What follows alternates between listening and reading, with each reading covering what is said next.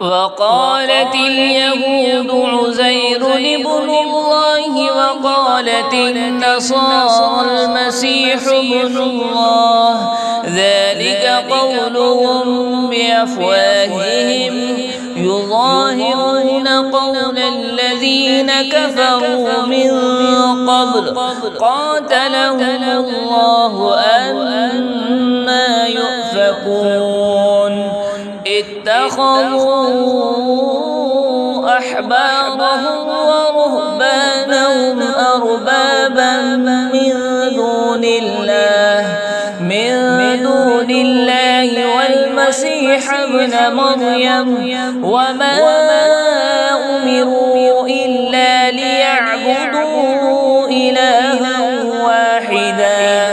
لا إله إلا هو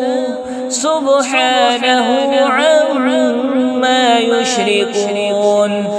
يريدون أن يطفئوا نور الله بأفواههم ويأبى الله إلا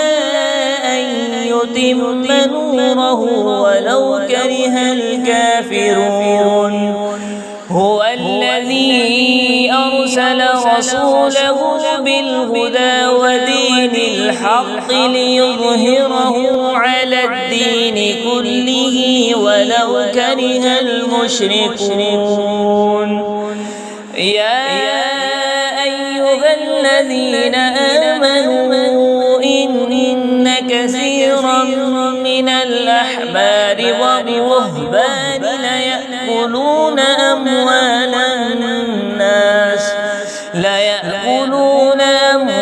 الناس بالباطل ويصدون عن سبيل الله والذين يكنزون الذهب والفضة ولا ينفقونها في سبيل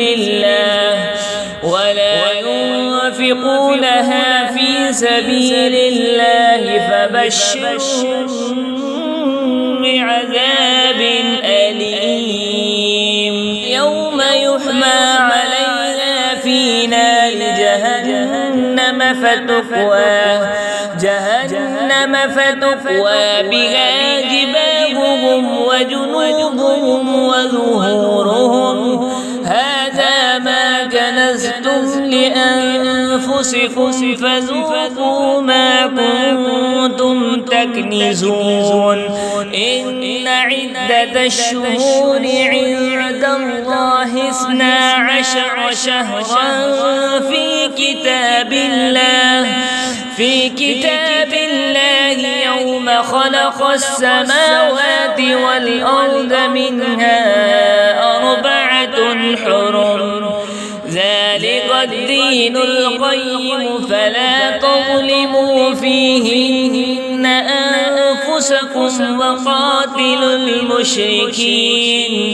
وقاتلوا المشركين كافة